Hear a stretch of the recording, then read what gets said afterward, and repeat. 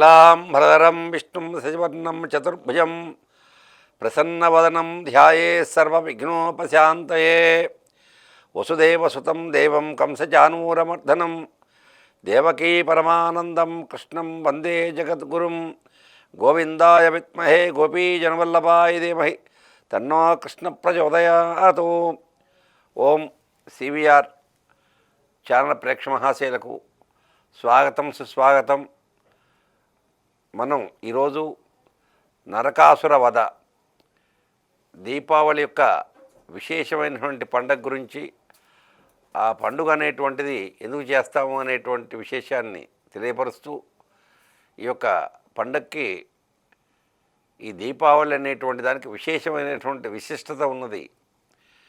అదే నరకాసురుడు అనేటువంటి రాక్షసుడు యొక్క సంహారం జరిగింది చతుర్దశి రోజున.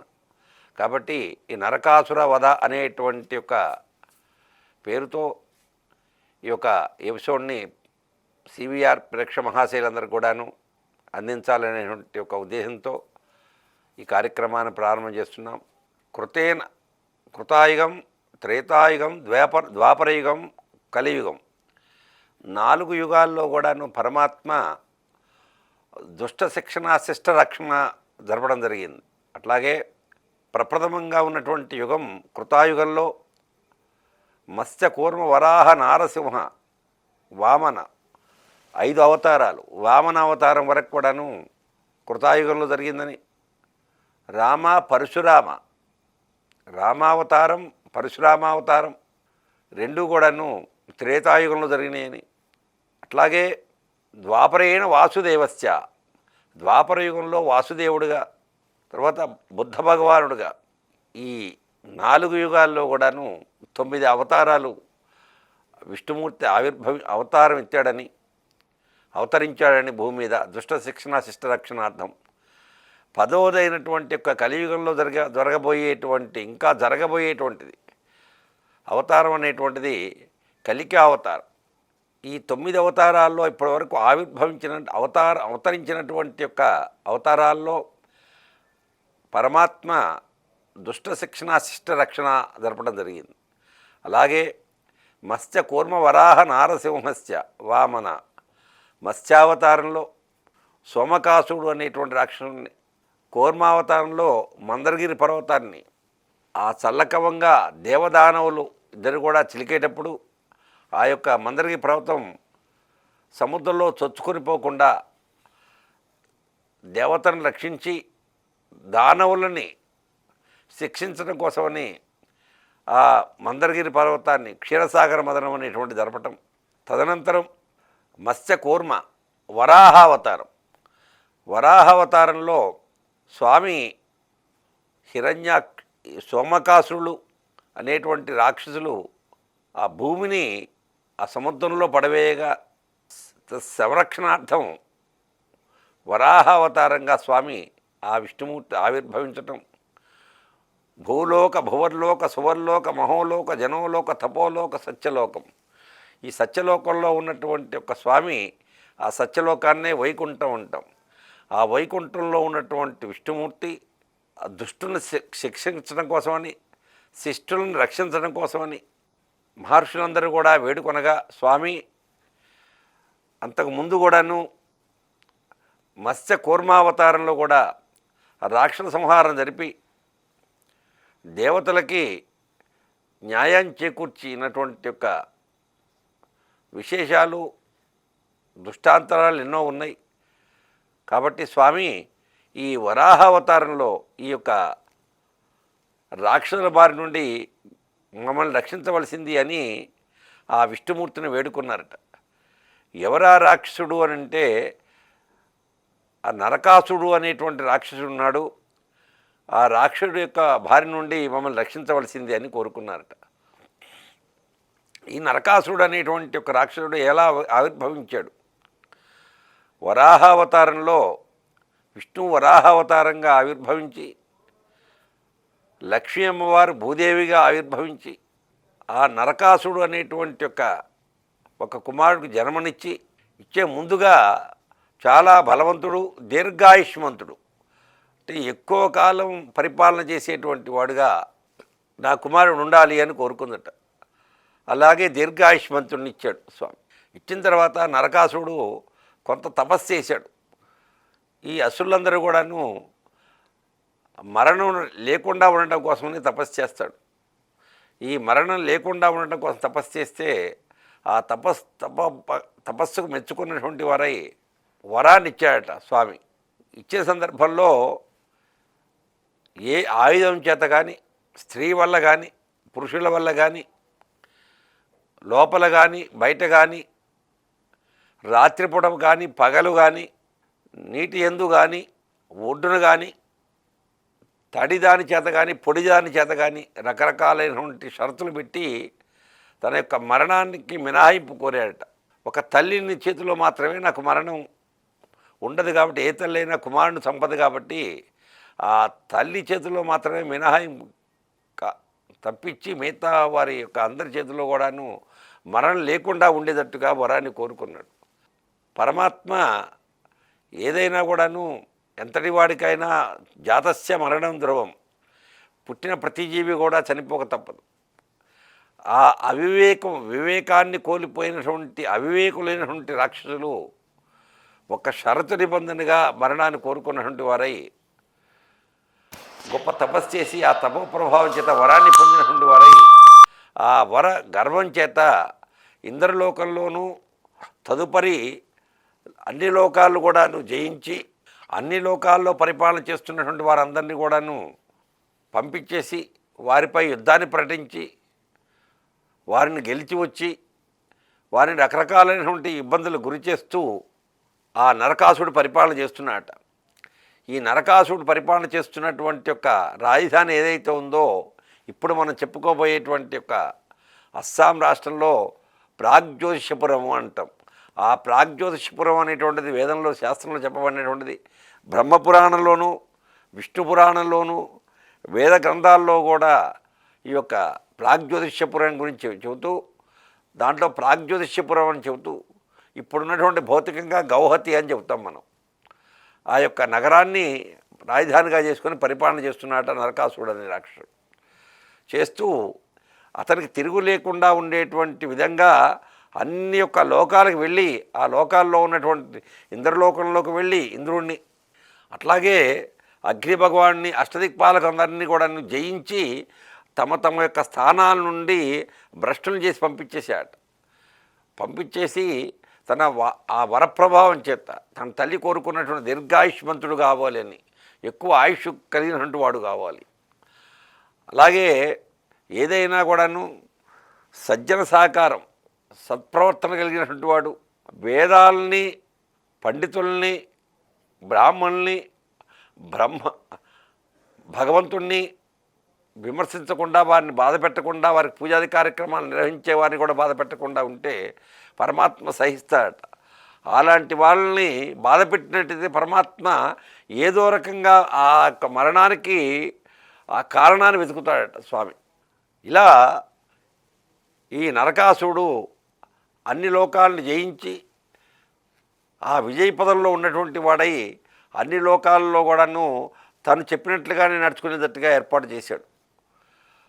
అలాంటి సందర్భంలో ఒకానొక సందర్భంలో ఆ నరకాసుడికి ఆ నరకాసుడి యొక్క బాధని భరించలేనటువంటి ఋషీశ్వరులు, మునులు వీళ్ళందరూ కూడా వైకుంఠానికి వెళ్ళి స్వామివారికి నమస్కారం చేసి, స్వామి ఈ నరకాసుడు అనేటువంటి రాక్షసుడి యొక్క బారి నుండి మేము ఇబ్బంది పడుతున్నాం, మమ్మల్ని ఏదో రకంగా ఏదో ఒక ఉపాయం చేత ఆ నరకాసుడు యొక్క సంహారం చేసి మమ్మల్ని రక్షించవలసింది అని కోరుకున్నారట. కోరుకున్న సందర్భంలో పరమాత్మ ఆలోచించాడు, వీడికి మరణం ఏ విధంగా సంభవిస్తుంది అనుకున్నాడు. ఆలోచించి వాళ్ళని పంపించేసి అతి తొందరగానే వాడికి మరణం సంభవిస్తుంది, ఏదైనా కూడాను భగవత్ అపచారం చేసినటువంటి వాడు కానీ, భగవంతుని యొక్క ఆస్తులను కొల్లగొట్టినటువంటి వాడు కానీ, భగవత్ అపచారం అంటే బ్రాహ్మణుల్ని ఆ బ్రాహ్మణ సంతానాన్ని కానీ, వేద విహితమైనటువంటి కర్మలు చేసేటువంటి వారిని కానీ, వాళ్ళని నిషేధింపబడి వారిని రకరకాలైనటువంటి ఇబ్బందులు పెట్టేటువంటి వారు ఎవరైనా కూడాను రాక్షసులే. రాక్షస ప్రవృత్తి అంటే భగవంతుడు శాస్త్రంలో చెప్పినటువంటి దాని ఆ బుద్ధికి వ్యతిరేకంగా నడుచుకున్నటువంటిది ఏ బుద్ధి అయినా కూడాను అది రాక్షస బుద్ధి అంటారు, రాక్షస ప్రవర్తన అంటారు. ఆ నరకాసురుడు వీళ్ళందరినీ కూడాను రకరకాలైనటువంటి ఇబ్బందులు పెడుతున్నాడట. అదే కాకుండా 16,000 మంది రాజుల్ని, 16,000 మంది దగ్గరగా 16,000 మంది ఆడవాళ్ళని కూడా తీసుకుని వెళ్ళి ఆ యొక్క కారాగారంలో బంధించి వేశాడట నరకాసుడు. వీళ్ళందరికీ కూడా పోయి మొరబెట్టుకున్నారు, స్వామి మేము మా యొక్క వేదవితమైనటువంటి కర్మలు ఏదైతే ఉన్నాయో ఈ కర్మలు చేయడానికి నరకాసుడు అనేటువంటి రాక్షసుడు ప్రతిబంధకం అయ్యాడు, మా కార్యక్రమాలకి అంతరాయం కలుగుతుంది, ప్రతిబంధకం కలుగుతుంది, కాబట్టి మా కార్యక్రమాన్ని సజావుగా నిర్వహించేటట్టుగా మమ్మల్ని చేయండి అని నమస్కారం చేశారట ఆ ఋషీశ్వరులందరూ కూడాను వైకుంఠంలో ఉన్న విష్ణుమూర్తి దగ్గరికి. ఏదైనా కూడాను పరమాత్మ యొక్క ఆరాధన లేనటువంటి రోజు కానీ, అట్లాగే ఆ సూర్యుడి కూడాను పరమాత్మ యొక్క స్వరూపమే అని, సూర్యశ్చనారాయణ సూర్యుడి యొక్క నారాయణ యొక్క రూపమైన సూర్యుడు కూడాను ఆ సూర్యోదయం కానటువంటి రోజు దుర్దినం అంటారు దాన్ని. ఆ యొక్క దుర్దినం రోజున వేదవేత్తలైనటువంటి వాళ్ళు, ఋషీశ్వరులైనటువంటి వాళ్ళు నిరాహారంగా ఉంటారు, ఆహారం తీసుకోరు ఆ రోజున. సూర్య ఆరాధన లేకుండా నిరాహారులుగా ఉంటారు, ఆహారం తీసుకోరు. ఆ సూర్యోదయం ఏ రోజే కాకుండా ఉంటుందో ఆ రోజు దుర్దినం అంటారు దాన్ని. ఆ దుర్దినమైనటువంటి రోజు ఋషీశ్వరులకు కానీ పండితులకు కానీ ఆ భగవంతుని ఆరాధన చేసేటువంటి వారు ఎవరికైనా కూడాను ఆ దుర్దినం రోజున వాళ్ళు నిరాహారంగానే ఉంటారు, మళ్ళీ సూర్యభగవాన్ యొక్క ఆరాధన చేసేంతవరకు కూడా. అయితే సూర్యోదయం కలిగినప్పుడు మాత్రమే ఆరాధన జరుగుతుంది. అర్ఘ్యప్రదానాది కార్యక్రమాలు బ్రాహ్మణులు, ఋషీశ్వరులు వీళ్ళందరూ కూడా చేస్తారు. ప్రత్యక్షమైనటువంటి భగవంతుడు సూర్యభగవానుడు. అలా పరమాత్మ దగ్గరికి వెళ్ళి వీళ్ళ యొక్క బాధలన్నింటిని కూడాను ఆ పరమాత్మ చెప్పుకున్న సందర్భంలో పరమాత్మ అతి త్వరలోనే మీ కోరిక నెరవేరుతుంది వెళ్ళండి అని వాళ్ళని పంపించేశాడు. పంపించిన తర్వాత కృతేన నారసింహశ్చ త్రేతాయాం రఘునందన ద్వాపరేణ వాసుదేవశ్చ కరో వెంకటనాయక అని. ఆ కృతాయుగంలో త్రేతాయుగంలో అయిపోయింది. తర్వాత కలియుగం ఈ ద్వాపర యుగంలో ఆ పరమాత్మ కృష్ణ భగవానుడుగా నేను అవతరిస్తాను, మీ కోరికలు అతి త్వరలో కూడా నెరవేరుతాయి మీ కోరికలు అని చెప్పి పంపించేసిన తర్వాత ఆ విష్ణుమూర్తి వరాహ రూపంలో ఆ భూమి మీద ఆవిర్భవించటం, తర్వాత తన భార్య అయిన విష్ణుమూర్తి యొక్క భార్య అయినటువంటి లక్ష్మీదేవి భూదేవిగా ఆయన భార్యగా వరాహస్వామి వారి యొక్క భార్యగా అవతరించడం భూమి మీద. ఈ కార్యక్రమాలన్నీ ఈ యొక్క నరకాసుడు చేసేటువంటి యొక్క కార్యక్రమాలన్నీ చూస్తున్నాడు. ఈ నరకాసుడు అసుర వంశం రాజుగా చెప్పబడుతున్నారు. బ్రహ్మపురాణంలో కానీ విష్ణు పురాణంలో కానీ వేదాల్లో ఉన్నటువంటి గ్రంథాల్లో ఏ గ్రంథాల్లో కూడాను భౌమవంశస్థుడుగా చెప్పబడ్డాడు. ఈ భౌమవంశస్థుడు అంటే అసురులలో రాక్షసుల్లో కూడా కొన్ని వంశాలు ఉంటాయి. అలాంటి వంశాల్లో అసుర వంశ స్థాపకుడుగా ఈ యొక్క నరకాసుడిని చెప్పారు. ఈ నరకాసుని యొక్క పట్టణం ఏదైతే ఉందో బ్రాగ్జోష్యపురాన్ని ఆధారంగా చేసుకుని ఆయన పరిపాలన చేస్తూ ఈ బ్రాహ్మణులకి ఋషీశ్వరులందరికీ కూడాను వారి కర్తవ్యాలు వారి యొక్క దినచర్యలు చేసుకోవడానికి ఆటంకపరుస్తున్న సందర్భంలో ఋషీశ్వరులందరూ కూడా వేడుకున్నారు, స్వామి మేము అర్చనాది కార్యక్రమాలు కానీ తర్వాత అట్లాగే నిత్య అగ్నిహోత్రాది కార్యక్రమాలు కానీ లేకుండా మేము ఆహారాన్ని తీసుకోము, కాబట్టి ఈ కార్యక్రమాలన్నిటికీ కూడా ఈ నరకాసుడు అనేటువంటి వాడు మాకు ఆటంకం కలిగిస్తున్నాడు, కాబట్టి వారి యొక్క భార్య నుండి రక్షించవలసింది అని కోరుకుంటే కృతాయుగం త్రేతాయుగం ద్వాపర యుగంలో ఆ విష్ణుమూర్తి కృష్ణ భగవానుడుగాను ఆ భూదేవి సత్యభామగాను భూలోకంలో ఆవిర్భవించి వారి యొక్క అంతకుముందు చెప్పుకున్నటువంటి విన్నపాన్ని ఆలకించినటువంటి వారై వీళ్ళు పడేటువంటి బాధలన్నింటిని కూడా చూచి ఒకానొక సందర్భంలో ఆ నరకాసుడి మీద యుద్ధం చేయడానికి ప్రయత్నం చేశారు. అయితే ఈ నరకాసుడి యొక్క సైన్యం ఉంది, ఆ సైన్యాధ్యక్షుడు ఉన్నాడు, సైన్యం యొక్క అధిపతి. అంటే ఏదైనా సహజంగా ఒక ఒక ప్రభుత్వం కానీ ఒక రాజ్యం కానీ నడిపేటప్పుడు వాళ్ళు కొంతమంది ప్రముఖమైనటువంటి యొక్క వారిని పెట్టుకుంటారు ముందుగా. వారు సైన్యాధిపతి అని అంటాం. అట్లాగే ప్రజాస్వామ్యంలో వాళ్ళు సెక్రటరీలుగాను, తర్వాత రక్షక భటులు రక్షణ చేసేటువంటి వలయంలో ఉన్నటువంటి రక్షకులుగాను ఉంటారు. అట్లాగే ఈ యొక్క నరకాసుడు అనేటువంటి యొక్క అసుర రాజుకి రాక్షసరాజుకి సైన్యాధిపతిగా ఉన్నాడు మురుడు అనేటువంటి యొక్క, ఆయన కూడా రాక్షసంతానమే మురుడు అనేటువంటి వాడు. అయితే ఆ మురాసురుడితోని ఎప్పుడైతే రాక్షసమైనటువంటి తన యొక్క బుద్ధుల్ని, దాని యొక్క ప్రవర్తనని ఈ బ్రాహ్మణులు వీళ్ళందరి మీద, ఋషీశ్వరుల మీద వాడు ప్రకటించాడో, వాడు ఒత్తిడి చేశాడో, తక్షణమే ఆ స్వామివారిని మొరపెట్టుకున్నటువంటి వారై ఆ స్వామి వీరి మీద యుద్ధాన్ని ప్రకటించుదామని యుద్ధానికి వచ్చారు. వచ్చిన సందర్భంలో నరకాసుడైనటువంటి సైన్యాధిపతి మురుడు అనేటువంటి యొక్క మురాసుడు అంటారు. ఆ మురాసుడు అనేటువంటి యొక్క రాక్షసుడితో కొన్ని రోజులు యుద్ధం చేసి చివరికి ఆ యుద్ధంలో ఆ మురాసుడు అనేటువంటి రాక్షసుని సంహరించాడు విష్ణుమూర్తి. కాబట్టి ఆ మురాసుడు అనేటువంటి రాక్షసుని సంహరించాడు కాబట్టి ఆ విష్ణుమూర్తికి మురారి అనేటువంటి నామకరణం కూడా జరిగింది. ఆ మురారి అనేటువంటి యొక్క పేరుతో పిలవటం కూడా విష్ణుమూర్తిని ఇదే కారణంగా చెప్పబడింది. తర్వాత నరకాసుడు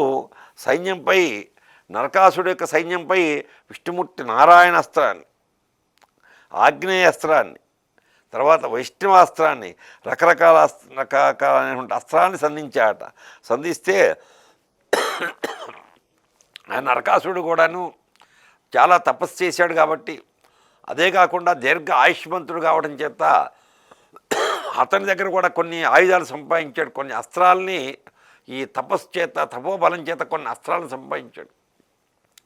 సంపాదించినటువంటి అస్త్రాలు ఏవైతే ఉన్నాయో వారన్నిటిని ప్రయోగించాడు. వాటిలో బ్రహ్మాస్త్రం ఒకటి.